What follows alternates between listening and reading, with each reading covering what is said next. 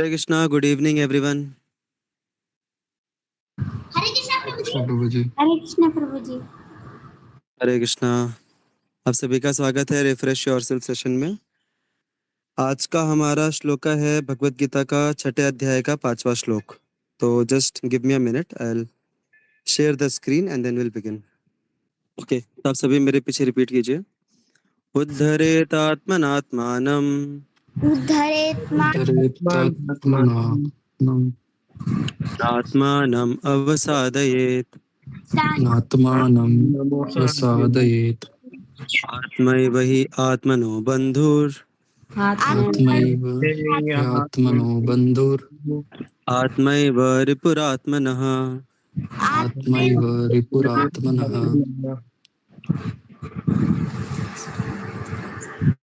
Hare Krishna. One must deliver himself with the help of his mind and not degrade himself. The mind is the friend of the conditioned soul and he enemy as well. Hare Krishna. हरे कृष्णा। तो ये बहुत ही महत्वपूर्ण और बहुत ही famous shloka है। Famous है लेकिन अधिकतर लोगों को इसमें बहुत कंफ्यूजन होता है इस श्लोका में, क्योंकि इसमें क्या लिखा है, उद्धरेत आत्मन आत्मानम। जनरली भगवत गीता के ये ऐसे जो श्लोका है ना, अगर उनको कोई समझाने वाला ना हो तो खुद से पढ़ के समझना बहुत मुश्किल है। हम सभी भाग्यवान है कि हमें श्रील प्रभुपाद के कृपा से हमें उनके तात्पर्य और अनुवाद बहुत क्लियरली मिले हैं, इसलिए हम समझ पा रहे हैं। नहीं तो यहाँ पे क्या लिखा है, उद्धरेत आत्मन आत्मानम, मतलब खुद को खुद से ऊपर उठाना है। हमें खुद को खुद से ऊपर उठाना है। नात्मानम अवसादयेत, मतलब हमें खुद को खुद से नीचे नहीं गिराना है। आत्मैव ही आत्मनो बंधुर, मतलब हम ही खुद के सबसे बड़े मित्र हैं। आत्मैव रिपुरात्मनः, और हम ही खुद के सबसे बड़े दुश्मन भी हैं। मतलब खुद को खुद से ऊपर उठाना है, खुद को खुद से नीचे गिराना है, नहीं गिराना है। हम ही खुद के सबसे बड़े मित्र हैं, हम ही सबसे बड़े शत्रु हैं। तो कोई भी पढ़ेगा ये श्लोका तो उसका सिर चकरा जाएगा, राइट। तो इसका प्रॉपर अंडरस्टैंडिंग हमें यहाँ पे जब हम अनुवाद पढ़ते हैं तो हमें मिलता है। जैसे कि आज मंदिर में मैं था, तो एक माता जी आके मुझसे एक सवाल पूछी कि जनरली हम भगवत गीता में पढ़ते हैं कि आत्मा का कभी नाश नहीं होता, आत्मा शाश्वत है। लेकिन फिर जब कोई व्यक्ति खुद को मार देता है, आत्महत्या सुसाइड करता है, तो उसको आत्महत्या क्यों बोला जाता है? आत्मा के तो कभी हत्या होती नहीं है, तो फिर उसको आत्महत्या क्यों बोलते हैं?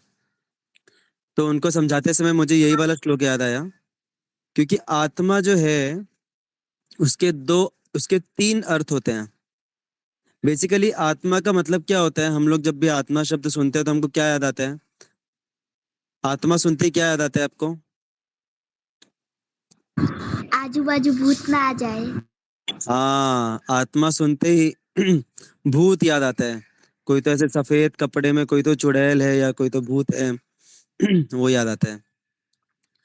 लेकिन आत्मा का बहुत सरल अर्थ है। आत्मा का मतलब होता है स्वयं। आत्मा मतलब मैं, आत्मविश्वास मतलब खुद में विश्वास।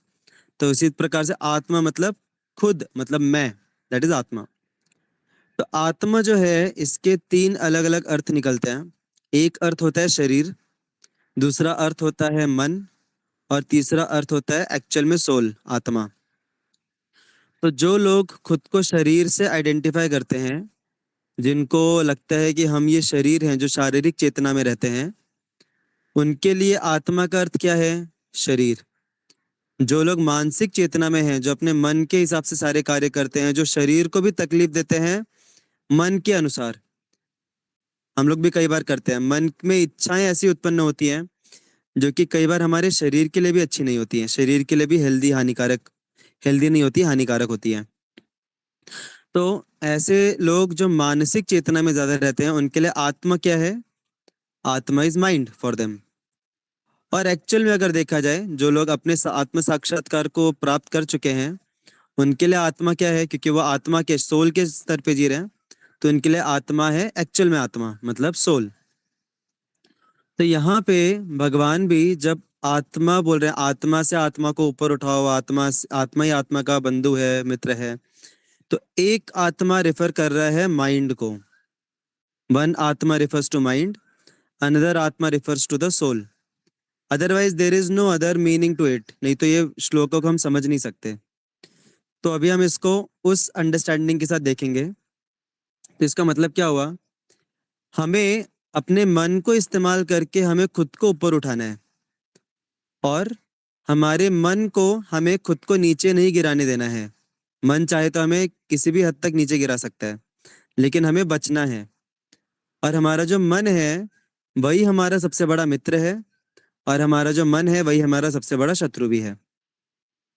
तो वन आत्मा refers to the mind, another आत्मा रिफर्स टू द सोल। यहाँ तक क्लियर है? किस किस को क्लियर है यहाँ तक? तो इसका मतलब क्या हुआ? इसका मतलब हुआ कि हम मन से भिन्न हैं, आत्मा अलग है, मन अलग है।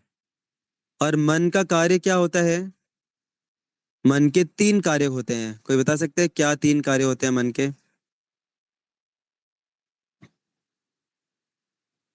Any guess?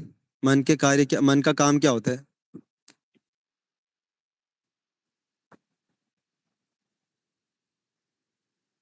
गेस कीजिए, गेस करने में क्या जाता है? जो मुझे मनन करना, चिंतन करना। Very good, perfect. चिंतन करना, मनन करना। तो इन शॉर्ट मन के 3 कार्य होते हैं। TWF बोलते हैं इसको, TWF formula. Thinking, willing and feeling. Thinking, feeling and willing. Thinking मतलब सोचना, जैसे आपने बोला चिंतन करना, उसको बोलते हैं थिंकिंग। और फीलिंग करना मतलब मनन करना, मतलब डीप थिंकिंग, या फिर उसको फील करना कि मुझे फील हो रहा है ये करूं, मुझे फील हो रहा है वो करूं, I feel it should be in this way और दैट वे, तो फील करना। और तीसरा है विलिंग। विलिंग मतलब इच्छा करना कि मुझे ये करना है, मुझे वो नहीं करना है। तो ये जो 3 चीजें हैं, हमारे थॉट्स, हमारी विलिंगनेस और हमारे फीलिंग्स, ये तीनों कहाँ से आती हैं? क्या ये तीनों आत्मा से आती हैं? नहीं, ये तीनों आती हैं मन से। और इस संसार में हर एक व्यक्ति परेशान क्यों है? क्योंकि उसको लगता है कि ये 3 चीज आती हैं आत्मा से। That is the whole cause of all problem, all misery. क्यों? क्योंकि हमारे मन से कुछ थॉट आता है, कुछ विचार आता है, और हमको लगता है कि ये हमारा विचार है, ये मेरा विचार है। हम अपना अस्तित्व उस विचार के साथ हम लिंक कर देते हैं। और फिर अगर वो विचार को किसी ने महत्वता नहीं दी, उस विचार को किसी ने अगर उसके अगेंस्ट कुछ बोल दिया या फिर कुछ दूसरा विचार प्रकट किया, तो हमको क्या लगता है? उसने किस चीज के ऊपर उंगली उठाई? उसने हमारे ऊपर उंगली उठाई, उसने हमें नकारा है, ऐसा हमें फील होता है, क्योंकि हम अपने मन से आइडेंटिफाई करते हैं। लेकिन जो आत्म साक्षात्कारी पुरुष रहता है, वो समझता है कि मैं अपने मन से बियॉन्ड हूँ, I am beyond my mind, मेरा मन अलग है। और ये जो विचार है, ये मेरे मन से विचार आया, और इसने मेरे मन के विचार को उड़ाया, इसने मुझे नहीं उड़ाया। I am separate from my mind. और दूसरी बात, कई बार हमारे विचार जो रहते हैं वो हमारे लिए नकारात्मक रहते हैं। जैसे कुछ खाने की इच्छा हुई, कुछ देखने की इच्छा हुई, कुछ करने की इच्छा हुई, और फिर होता क्या है, हमको लगता है कि ये मेरी इच्छा है, और फिर हम उसको परस्यू करने के लिए चले जाते हैं, चाहे वो हमारे लिए हानिकारक हो, फिर भी हम उसको परस्यू करते हैं। क्यों? क्योंकि ये मेरी इच्छा है, मैं खुद की इच्छा को कैसे नकार सकता हूँ। लेकिन जो ज्ञानी पुरुष रहते हैं, वो समझते हैं कि ये मेरी इच्छा नहीं है। अगर ये मेरी इच्छा होती तो फिर बाद में मुझे लैमेंटेशन क्यों होता? कई बार हम कार्य करते हैं, बाद में जाके फिर लगता है कि अरे क्यों किया, नहीं करना चाहिए था। तो अगर वो मेरे ही विचार थे, तो फिर बाद में पश्चाताप भी नहीं होना चाहिए था। पश्चाताप हो रहा है मतलब ये मेरे विचार नहीं है, ये अलग किसी एंटिटी के विचार हैं, और वो अलग एंटिटी है हमारा माइंड। तो माइंड जो है ना हमारा, वो एक पपेटियर की तरह है। पपेटियर पता है? पपेटियर, उसको और एक अच्छी भाषा में उसको बोलते हैं,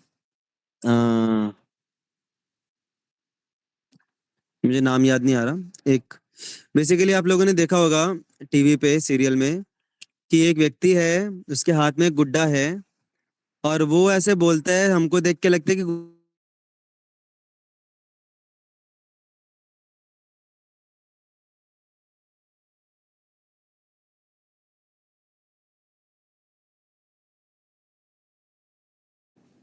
हरे कृष्णा, आवाज आ रही है? यस प्रभु जी। यस प्रभु जी, अभी आया। बीच में डिस्कनेक्ट हो गया था। आप लोगों ने लास्ट पॉइंट क्या सुना? पपेटियर को समझा रहे थे। करेक्ट। कई बार हमने टीवी वगैरह में देखा होगा, दूरदर्शन वगैरह में पहले आता था कि एक व्यक्ति है, उसके हाथ में एक गुड्डा है और वो कुछ तो बोल रहा है और गुड्डे का ऐसे मुंह हिला रहा है, हमको देख के लगता है गुड्डा बोल रहा है। राइट? देखा है किसी ने कभी? बाकियों ने नहीं देखा? कि किसने नहीं देखा है ऐसी कोई चीज कभी टीवी वगैरह पे? You can give a thumbs down. Okay, सभी ने देखा है। उसको टेक्निकल लैंग्वेज में बोलते हैं वेंट्रिलोक्विस्ट। ओके। पपेटियर बहुत कॉमन टर्म है, लेकिन एक्चुअल में उसको बोलते हैं वेंट्रिलोक्विस्ट। वेंट्रिलोक्विस्ट मतलब वो बोलता है लेकिन हमें इस तरीके से बोलता है कि हमको लगता है गुड्डा बोल रहा है। तो हमारे मन के साथ भी हमारा सिमिलर रिलेशनशिप है। अभी आप मुझे बताइए कि मन जो है वो गुड्डा है या हम गुड्डे हैं? इन हम दोनों में से गुड्डा कौन है? हम कौन कौन बोलता है कि हमारा मन वो गुड्डा है पपेटियर में?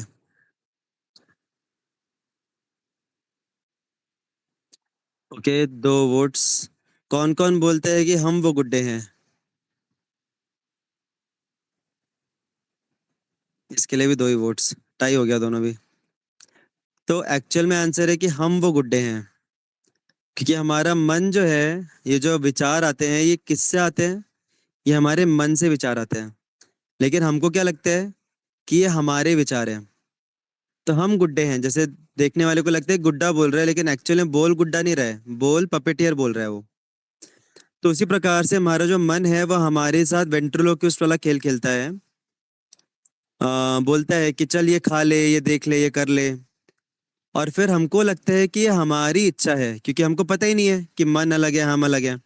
जिसने भगवत गीता पढ़ी है, जिसको शास्त्रों का ज्ञान है, स्पिरिचुअल नॉलेज है, वही इसको समझ पाएगा कि हम अलग हैं, मन अलग है। और ये जो विचार आ रहे हैं ये मन से आ रहे हैं। नहीं तो अधिकांश लोगों को कुछ पता ही नहीं है, उनको लगता है सब कुछ, ये शरीर ही मैं हूँ, मन भी मैं हूँ, सब कुछ मैं ही हूँ। तो तो हमारा मन पहले ऐसा लगता है कि हम बोल रहे हैं, और फिर जब कुछ गलत हो जाता है, जैसे हमने कुछ गलत काम कर दिया मन के बहकावे में आके, तो फिर मन इतना चालाक है, फिर खुद को हमसे सेपरेट कर देता है। ओके, खुद को हमसे अलग कर देता है।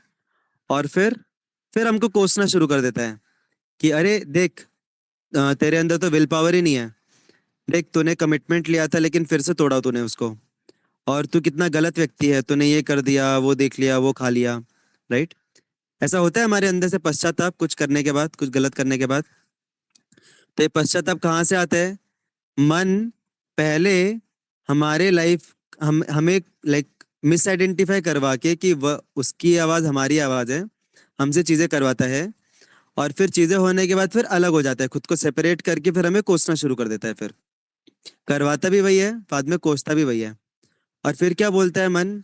कि देख, तेरे से नहीं हो पाएगा, तू, तेरे अंदर विल पावर ही नहीं है। जो तेरे दोस्त लोग हैं वो सही बोलता है कि तू किसी काम का नहीं है। और तो इसीलिए तू मेहनत भी मत कर, मेहनत करेगा वापस से हारेगा, उससे अच्छा मेहनत ही मत कर।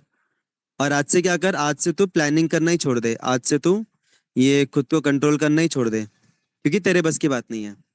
ऐसे फिर हमारा मन हमें डिमोटिवेट करता है। और फिर क्या बोलता है मन? कि ठीक है, अभी तूने कर ही लिया है ये चीज़, और वैसे भी तेरा कुछ फ्यूचर तो है नहीं अभी, तो थोड़ा और कर ले, क्या प्रॉब्लम है अभी? सेंस कंट्रोल नहीं हो पा रहा, तो सेंसेस को पूरी तरह से एंजॉय कर, बीच में क्यों रह रहा है? बिंदास एंजॉय कर। ऐसा करके फिर मन हमें वापस से उसी लूप में डाल देता है। It's very dangerous, our mind deals with us. तो इसका सॉल्यूशन क्या है? सॉल्यूशन ये है। ऋषिकेश प्रो इज रेजिंग हैंड। यस प्रो। यस प्रभु जी, मुझे ये पूछना था, मन के पास इतनी इंटेलिजेंस कहाँ से आती है, मतलब इतना हमें ट्रिक करता है। Good good good question. तो मन के पास इंटेलिजेंस नहीं आती, इंटेलिजेंस एक अलग एंटिटी है, लेकिन मन का फंक्शनैलिटी है ये। मन का, देखो अभी कैसा होता है।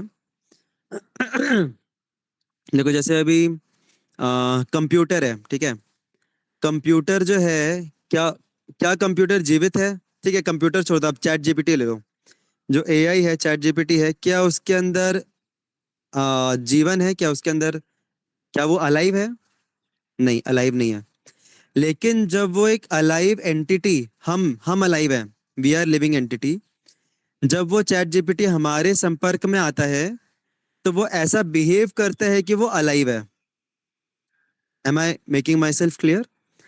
उसी प्रकार से कपड़े का एग्जाम्पल लेते हैं। अभी जैसे कपड़ा है, कपड़ा पड़ा हुआ है, लेकिन जब कपड़ा हमारे संपर्क में आता है तो कपड़ा अलग अलग, जब हम कपड़ा पहनते हैं, अंधेरे में कोई देखेगा उसको लगेगा कि कपड़ा काम कर रहा है, राइट, कपड़ा अलग अलग काम कर रहा है।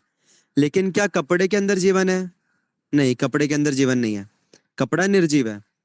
उसी प्रकार से ये जो मन, बुद्धि, अहंकार, शरीर, ये सारी चीजें मृत वस्तु हैं, ये सब जीवन, इसके अंदर चेतना, इसके अंदर जीवन नहीं है। लेकिन जब आत्मा के संपर्क में आते हैं वो, आत्मा इतनी एक्टिव है, इतनी ज्वलंत, इतनी वाइब्रेंट है आत्मा, कि जब वो आत्मा के संपर्क में आते हैं तो वो इस प्रकार से बिहेव करते हैं as if they are also personalities. अभी चैट जीपीटी जो है, चैट जीपीटी के अंदर खुद का कुछ इंटेलिजेंस है क्या? नहीं, it's just a set of pro it's just a set of codes. पूरा कोडिंग किया हुआ है उसका, न्यूरो क्या बोलते हैं उसको, न्यूरो नेटवर्क्स का लॉजिक, कुछ तो एल्गोरिदम वगैरह यूज करके वो ट्रेन किया गया है। लेकिन जब वो एक जीवित व्यक्ति के संपर्क में आता है, तब जाके वो ऐसा बिहेव करता है कि as if there is a alive person. और अलाइव पर्सन जिसको बहुत बुद्धि है, लेकिन वो ना ही अलाइव है ना ही उसकी खुद की बुद्धि है, वो सिर्फ एक कोड है जिसका एक तरीके से बनाया गया है उसको, जो उस तरीके से उसका फंक्शनैलिटी काम करता है। Is this clear?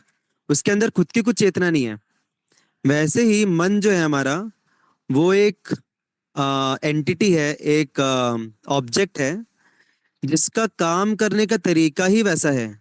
और यही हम लोग जो ये माइंड के ऊपर अलग अलग सेशंस कर रहे हैं गीता के माध्यम से, हमारे करने का पर्पस ही यही है कि ये जो मन नामक जो वस्तु है, इसके अलग अलग कैरेक्टरिस्टिक्स को हम समझ पाए कि ये किस किस अलग अलग तरीकों से काम करता है।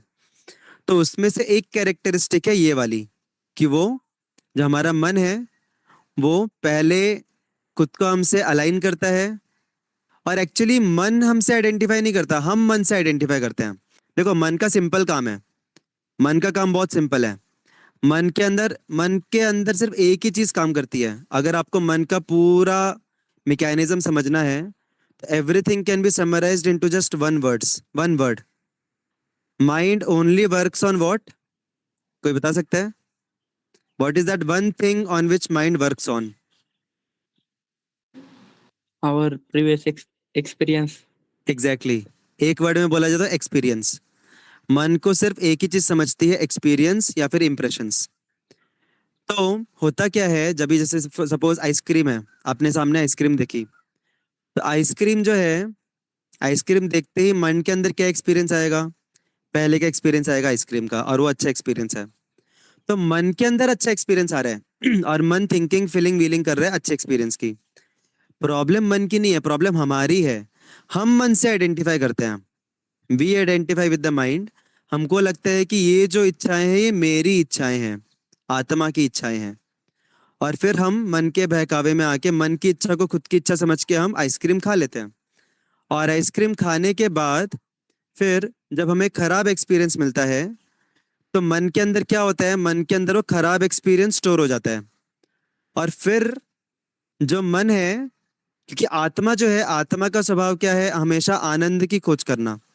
तो मन को, आत्मा को हमेशा आनंद की खोज है, और मन को अभी खराब एक्सपीरियंस मिला, तो आत्मा और मन फिर सेपरेट हो जाते हैं। और फिर हमको लगता है कि हमने क्यों किया ये। तो बेसिकली मन हमें कोसता है कि क्यों किया ये। तो इस प्रकार से मन काम करता है। तो that is the mechanism of how the mind works with us. Is this clear?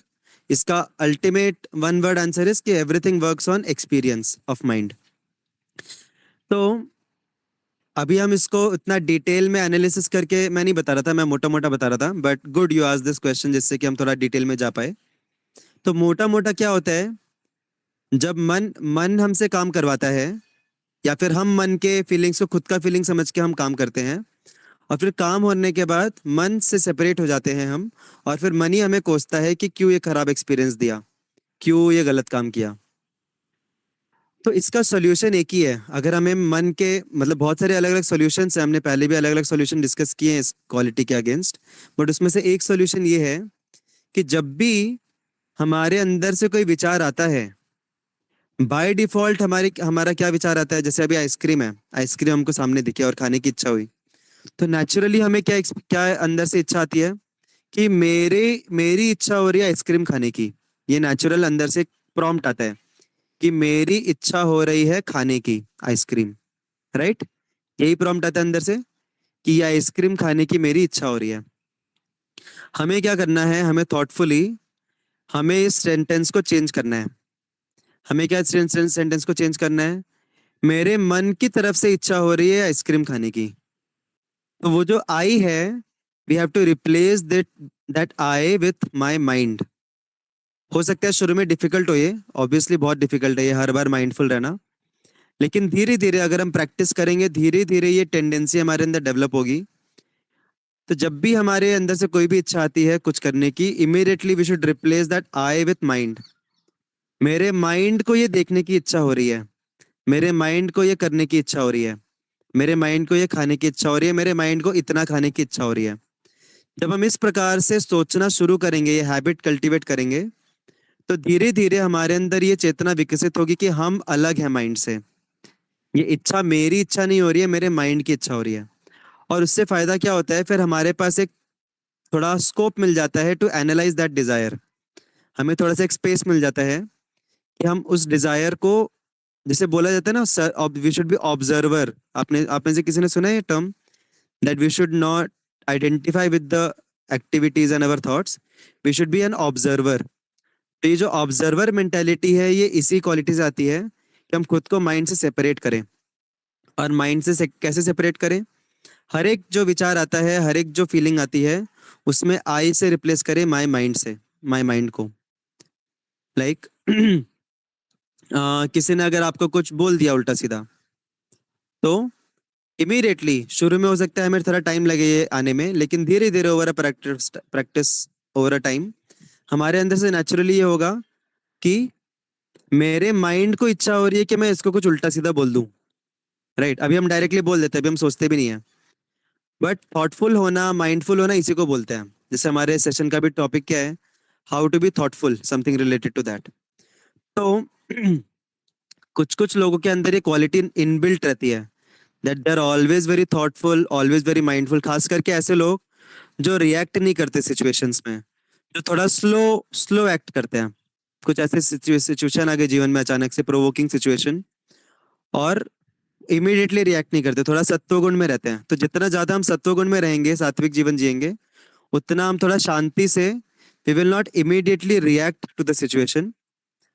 हम समझेंगे कि my mind is desiring to do this, और फिर इस प्रकार की थिंकिंग से हम खुद को माइंड से सेपरेट करेंगे, और फिर हमारे पास एक स्कोप मिलता है कि जो भी इच्छा आ रही है उसको हम एनालाइज कर पाए कि ये सही है या गलत है। अगर हम ये सेपरेट नहीं करेंगे खुद को माइंड से, ऑटोमेटिकली जो इच्छा है उसके ऊपर डायरेक्टली इमीडिएटली एक्ट कर देंगे खुद की इच्छा समझ के, तो फिर हमारे पास स्कोप ही नहीं रहेगा उसको एनालाइज करने का। तो इन शॉर्ट, हमें ये प्रैक्टिस करना चाहिए, 2-3 चीजें प्रैक्टिस करनी चाहिए ये पूरे कॉन्सेप्ट्स को अप्लाई करने के लिए। पहली चीज, हमें कोशिश करना चाहिए कि हम थोड़ा सत्वगुण में जीवन जिए, ठीक है? That is first thing. Second thing is कि हम जैसे ही कोई सिचुएशन आती है, खास करके प्रोवोकिंग सिचुएशन, हम इमीडिएटली एक्ट ना करें उसके ऊपर।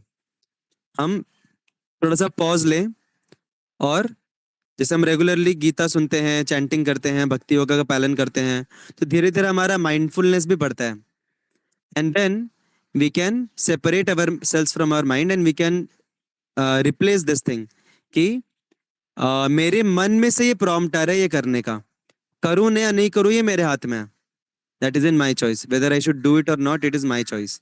क्योंकि ये इच्छा मेरी नहीं है, ये मेरे मन की इच्छा है, like that. So that's what we can understand from this shloka. तो और किसी को अगर कुछ क्लैरिटी चाहिए, कुछ और क्वेश्चंस हैं, तो you can personally WhatsApp me. I try my best to address to your queries.